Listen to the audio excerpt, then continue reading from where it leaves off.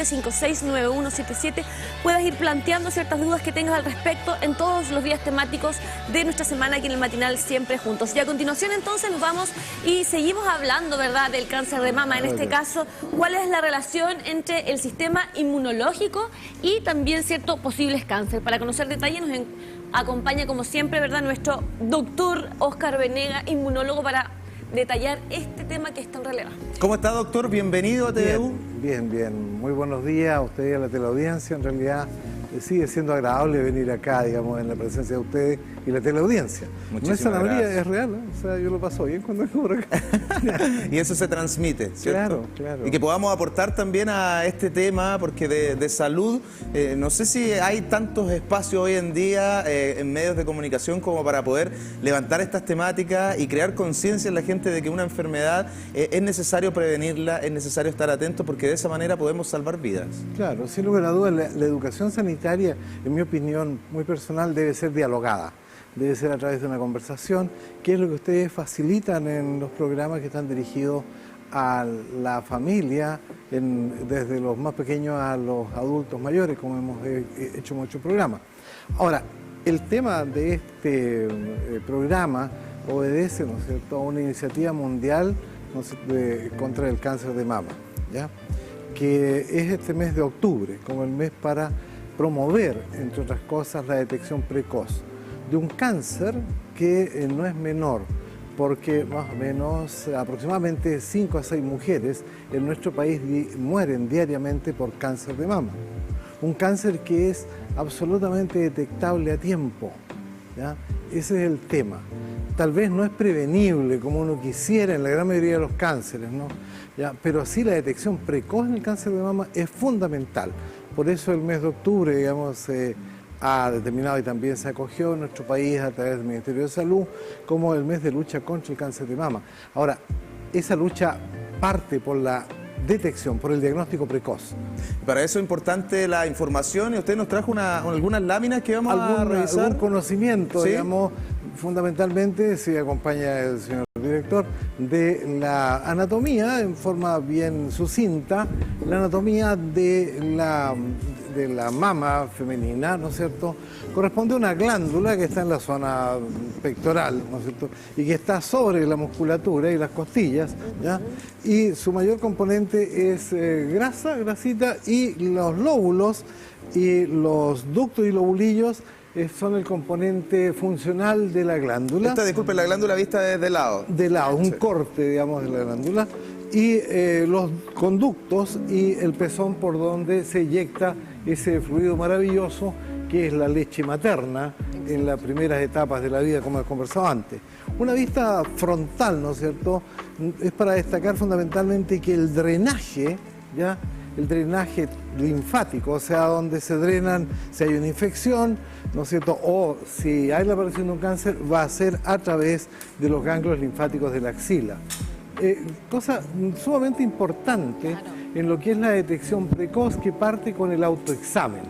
Partiendo desde la adolescencia, la mujer adolescente debe aprender y saber y conocerse sus pechos, con el objeto que la aparición de alguna nódulo, alguna anomalía sea detectada precozmente, aunque la mayor frecuencia de cáncer mamario empieza sobre los 40 años. Hay casos también de cáncer en mujeres jóvenes. La próxima lámina... Sí, yo solo quería apuntar que el conocimiento del cuerpo, ¿cierto?, es fundamental, porque no podríamos detectar una anomalía si es que no sabemos qué es lo que hay ahí. Totalmente. Claro, surge solamente de la ignorancia, surgirá el miedo, decía algún pensador por ahí. ¿Ya? Si seguimos en la próxima, ¿no es cierto?, acá tenemos la aparición de un eventual tumor, ¿no es cierto?, que está en la glándula mamaria, ¿no es cierto? Y esto obviamente es absolutamente palpable en una mujer que conozca sus pechos. Si avanzamos en la próxima lámina, vamos a ver un aspecto interesante acá, que tiene que ver con el autoexamen. Aquí me gustaría, si el señor director pudiera presentarlo a pantalla completa, porque el autoexamen va en la búsqueda de nódulos, de endurecimientos, hundimientos que ocurran en la glándula mamaria, en todo su entorno, ¿ya? Ahora, eso implica con los dedos, 4 dedos, ¿no es cierto?, juntos, palpar comprimiendo contra el pectoral y las costillas en la detección. No muy fuerte, pero sí lo suficiente para que la mujer conozca esto, teniendo una de sus manos hacia la nuca, detrás de la nuca, ¿no es cierto?, y hace su desplazamiento en el conocimiento de su glándula mamaria, moviendo los dedos y finalizando hacia el pezón y exprimiendo, ¿no es cierto?, el pezón, de modo a detectar si hay la salida o el escurrimiento de algún líquido del que sea, si no está lactando y no es leche, cualquier líquido que escurra del pezón, ¿no es cierto?, en la parte final del autoexamen, que es el exprimir el pezón, ya es anómalo. ¿Ya? Claro. Si hay algún cambio de coloración, por ejemplo, lo hablábamos también del pezón o de alguna parte, ¿cierto?, externa de la observación, la mama, como también bien tú dices, Connie, la observación de un cambio de coloración o el cambio de la textura de la piel, una piel de naranja que se llama, que está tal como una piel de naranja, ¿no es cierto?, implicaría que podría haber una lesión neoplástica, un cáncer en la base de esto. Okay. Ahora, importante este detalle del autoexamen, insisto, y por eso traje estas láminas, porque es la primera parte de sospecha, ¿ya? Desde la adolescencia, toda niña, toda mujer adolescente hacia arriba debe aprender y saber cómo hacerse un buen autoexamen mamario, ¿ya? Y eso es digamos, el interés de esto. Sí, Ahora, por favor. Una vez teniendo sospecha de aquello, ¿ya?, el tema es consultar. Ahora, en nuestro país hay iniciativas muy buenas, está dentro de las garantías explícitas de salud la atención de un cáncer mamario, pero hay que detectarlo, hay que hacer el diagnóstico. Y ahí está esta maravillosa herramienta que es la mamografía. La mamografía permite la detección en el interior de la glándula mamaria si hay alteraciones que no corresponderían a la normalidad de la anatomía y sospechosas de un cáncer en esta etapa, ¿no es cierto?, para después tomar la iniciativa de hacer una punción, una biopsia e ir, ¿no es cierto?, al análisis de esa lesión. Pero la mamografía en nuestro país por programa de salud, ¿no es cierto?, está disponible, ¿no es cierto?, en toda mujer de 50 años hacia arriba 2 veces al año, aunque la iniciativa a nivel mundial es que toda mujer sobre los 40 años, al menos una vez al año, se haga una mamografía. Porque, insisto en ello, es la detección precoz. Claro, o sea, podríamos cambiar esa política pública con lo que eso significa, pensando, ¿cierto?, en ya el tenemos bien de un la avance población. importante, Galo, que es, sin lugar a dudas, la mamografía disponible en el sector público y en las instituciones de prestaciones de salud privada. Pensando ¿no es que hay cierto? mayor prevalencia. Claro, pero aún así no pasa del 40% de lo que debería haber. O sea, hay un 60% de mujeres en edad de riesgo, ¿no es cierto?, perimenopáusicas, ¿no es cierto?, me refiero de 50 años hacia arriba o 45 años hacia arriba, que no se hacen la mamografía, lo cual es alarmante porque nos genera un escape de diagnósticos tardíos. Y claro, al final de cuentas el cáncer va a ser evidente, pero la diferencia está en la detección y el tratamiento precoz. Y en ese aspecto se ha avanzado muchísimo en la eficiencia de los tratamientos, pero requiere una detección precoz. Doc, lo invitamos a que tome asiento para que podamos Me seguir. entusiasmé, pero es No, que está realmente súper hay que bien. mostrarlo. Nosotros igual estamos Espectacular la gráfica. entusiasmados porque hemos tenido diversos profesionales durante la jornada, primero con el Hospital Guillermo Gran Benavente, hablando en términos generales, siempre es bueno reforzar lo que nos acaba de decir, luego la matrona que nos explicó del autoexamen. La idea ahora es que podamos también complementar el tema del sistema inmune, ¿cierto?, Exacto. con el cáncer, pero antes vamos con el tratamiento. Vamos a que terminar finalice para su dar y ponencia. después dejar Por un favor. diálogo respecto al... En cuanto a los tratamientos del cáncer de mama, ¿no es cierto?, insisto, digamos, mientras más precoz mejor, está en primer lugar la cirugía, digamos, el extirpar la lesión, el tumor. Y la cirugía puede ser solamente el tumor o la glándula mamaria, pero hoy día existe también la iniciativa que está cubierta, que es la reparación, la plastía que se haría después, entonces la mujer no queda sin su pecho, que eso tiene un impacto que es bastante fuerte en la emocionalidad de toda mujer. Posteriormente, si se aplica o no radioterapia, va a depender de los protocolos y del tipo de cáncer, si es un cáncer ductal de ductos o un cáncer de glándulas mamarias, de la glándula, y los tratamientos.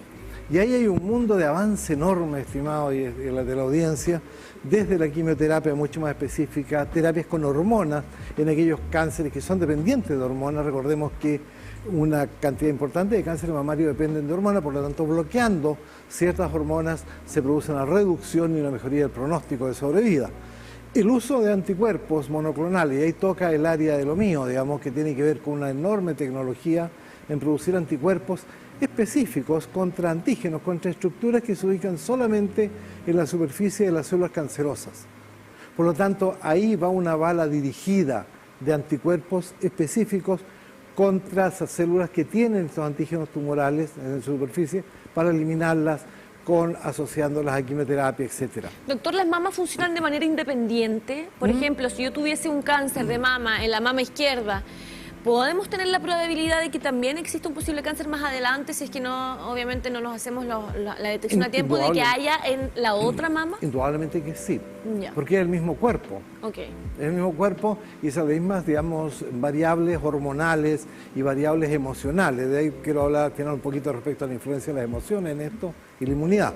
Pero para terminar esto, y está el gran campo de la inmunoterapia. Hoy día, imagínense, en el ámbito de la biotecnología, existe ya la disponibilidad de linfocitos, de estas células específicas del sistema inmune, ya infiltrantes de tumores.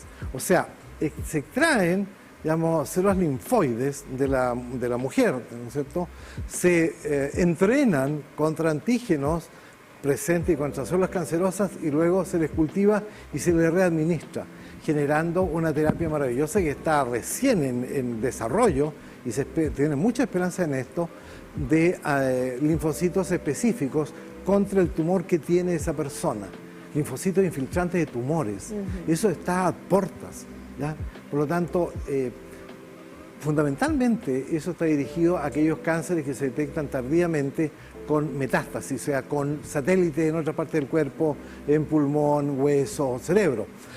Pero la idea es no llegar a eso, es hacer la detección cuando es un tumor localizado, ¿ya?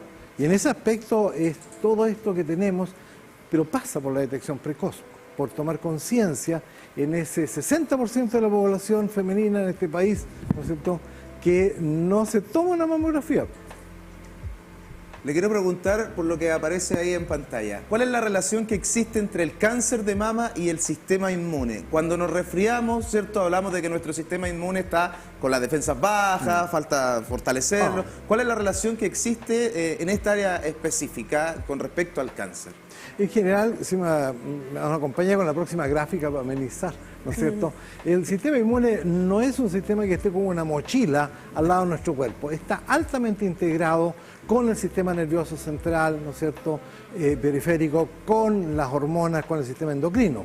Es un sistema de adaptación y como tal, ¿no es cierto?, tiene una función importantísima que fue descrita hace más de 50 años atrás, que es la inmunovigilancia de células cancerosas. Nuestro sistema inmune constantemente está, digamos, patrullando todos nuestros cuerpos a través de células y sustancias solubles que permite detectar, digamos, si hay una alteración en alguna población de células que se arranca de lo habitual de su multiplicación, células cancerosas. Pero ya las células cancerosas también tienen lo suyo, tienen muchas veces la habilidad de evadir, ¿no es cierto?, esta respuesta inmune de vigilancia. Y esa evasión lleva a lo siguiente: cuando ya se produce un tumor, por muy pequeño que sea, de un par de milímetros, esas son miles de células cancerosas exitosas que pasaron la vigilancia del sistema inmune. Ahí voy. Ahora, a lo que tú ibas, ¿cómo prevenir, ¿no es cierto?, o mantener una buena inmunovigilancia? Bueno, manteniendo una buena actividad inmunitaria. Y eso depende, entre otros factores, de la alimentación, como he conversado, ¿no es cierto?, de la actividad física, el de no ir en excesos, por ejemplo, de sobrepesos, ¿no es cierto?, o consumo de alcohol o tabaco, por lo dañino que es del alquitrán, digamos, del cigarro. O sea, todo lo que vaya a favorecer una buena mantención de nuestros patrulleros. Disculpe, claro. Todo lo que mencionó fortalece las células malas, por decirlo en palabras simples. Claro, en primer lugar, fortalecer la inmunovigilancia. Ya, o sea, ayudan, Claro. si no las consumimos, ayuda a que estemos mejor con las Y células nos buenas. defendamos mejor, digamos, frente a la aparición eventual de células cancerosas, que eso sucede ya frecuentemente en todos nosotros. La eficiencia del sistema inmune permite que eso no progrese, pero cuando ya hay un tumor, ¿no es cierto?, ya se produjo el éxito de esas células. A eso voy. Y por lo tanto, el requerimiento ahí tiene que ver con el diagnóstico precoz de ese tumor. ¿Te fijas? Porque cuando aparece un cáncer y ya es evidente, aunque sea a través de una mamografía, ¿no es cierto?, esas células ya pasaron exitosamente la vigilancia del sistema inmune. Eso quiero que tengan conciencia. Claro. Porque es un conocimiento relativamente nuevo, ¿eh? Doctor, si nos pudiese ir contando en detalle el rol fundamental que va cumpliendo el sistema inmune para justamente prevenir el cáncer, pero también otras enfermedades, porque muchas veces nosotros normalizamos las malas conductas que tenemos a diario. ¿Cuánta gente que nos ve fuma a diario? ¿Cuánta gente que nos ve es sedentaria y no practica actividad de ningún tipo? ¿Cuánta gente todos los fines de semana y premiamos la mala alimentación? O sea, cuando celebramos, premiamos la mala alimentación. Cuando nuestros hijos están de cumpleaños, premiamos la mala alimentación. Entonces, ¿qué está pasando efectivamente con este sistema y con las características de este sistema que hace finalmente que vaya cada vez más complejo con respecto al poder ayudarnos con distintas enfermedades? Pienso que lo que nos falta es una mayor y mejor educación sanitaria, ¿no?, de autocuidado, pero esta educación en forma dialogada. Tal como lo hacemos acá es una conversación a disposición de la teleaudiencia, ¿no es cierto?, pero a través de una conversación. O sea, porque ahí uno va adquiriendo algo muy bonito en los seres humanos, que es el ajá. Insight le llaman los psicólogos, pero vulgarmente le podríamos llamar pegarse los gomazos. O sea, en el fondo, si estás cometiendo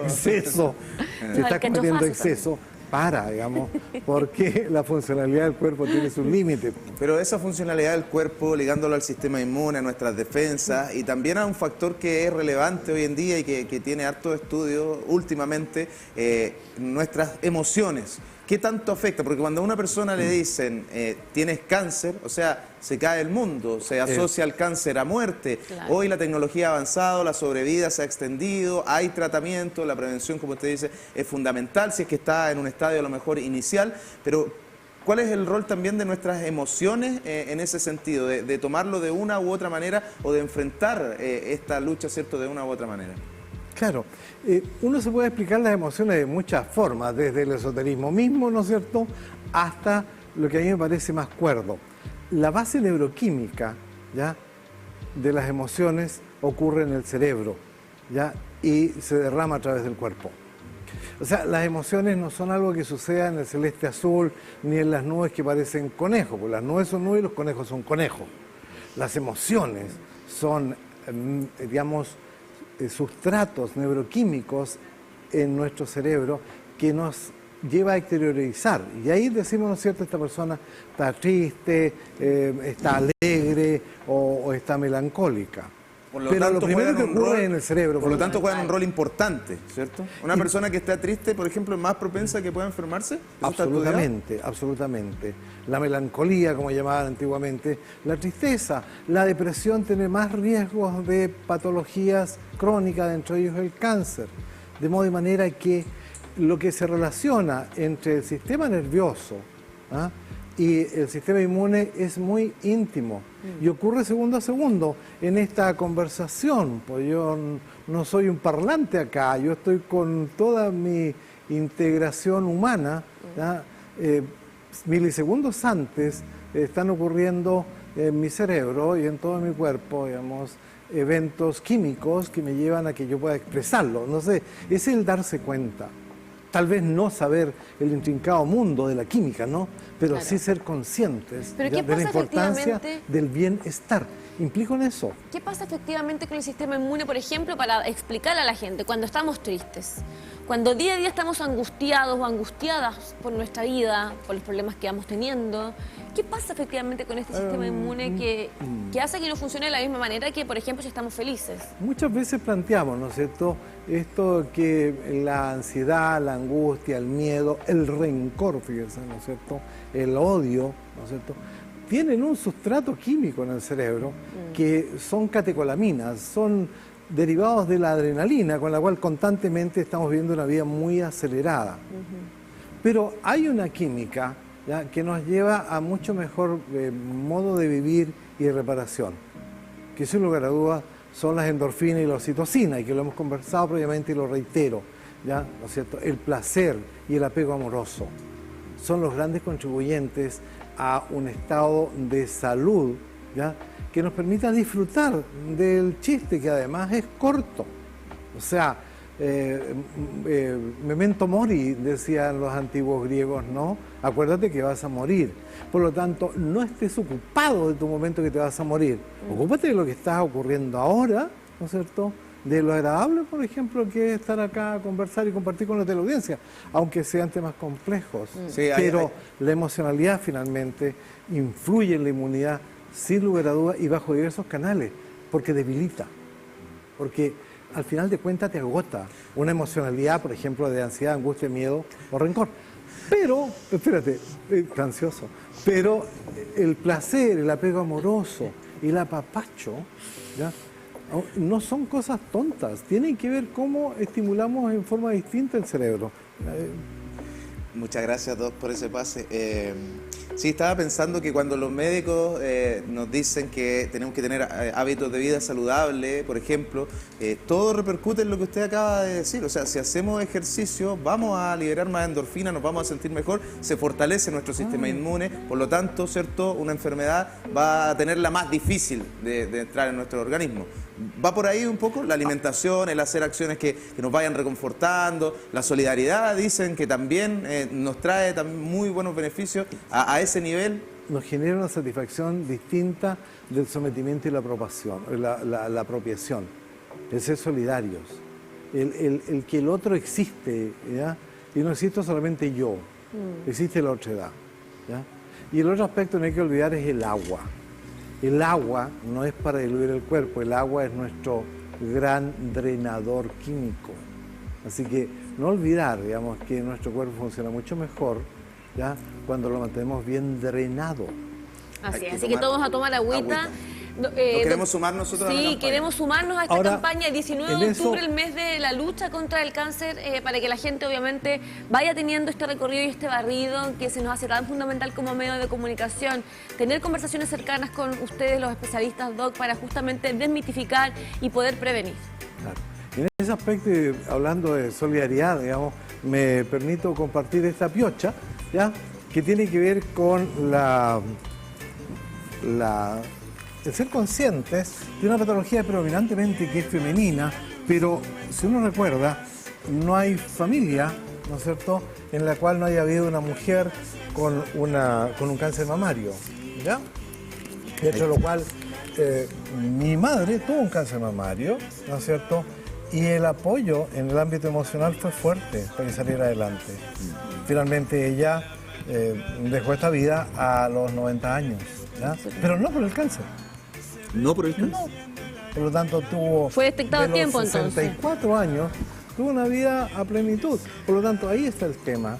No es la cantidad de años, sino que cómo vivamos esos años. Es que siempre es muy agradable compartir esto y el impulso a el autoexamen, la detección precoz, ¿no es cierto?, y el acudir a sus instancias de salud, digamos, públicas o privadas, de la mujer que ya está sobre 40 años, pero sobre todo sobre 50 años, para que le indiquen y se haga una mamografía en forma rutinaria. Yo estoy totalmente de acuerdo con eso, pero también me gustaría potenciar lo que hablábamos, lo otro, ¿cierto? El de realizar pequeñas acciones. El examen hay que hacerlo, evidentemente todo, pero esas pequeñas acciones que día a día nos van a cambiar, nos estresamos a veces por cosas pequeñas, andamos amurrados, enojados, como enojados con la vida. Uno ve a diario a muchas personas de esa manera y no saben el daño que se están haciendo, además de contagiar a quien se quiera contagiar de aquello, pero el daño que se están haciendo.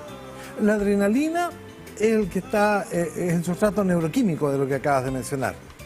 Y la adrenalina es útil solo para dos cosas, para enfrentar y para huir.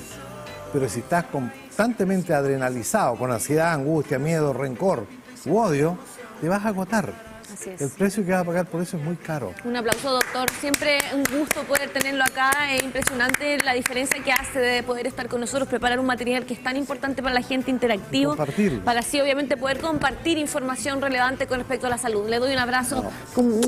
Nos abrazamos, nos vamos los tres abrazados. Y el apapacho es muy arcaico. ¿Cierto? ¿Y qué sirve? Fue la necesidad de nuestras tribus milenarias, digamos, frente a la devastación.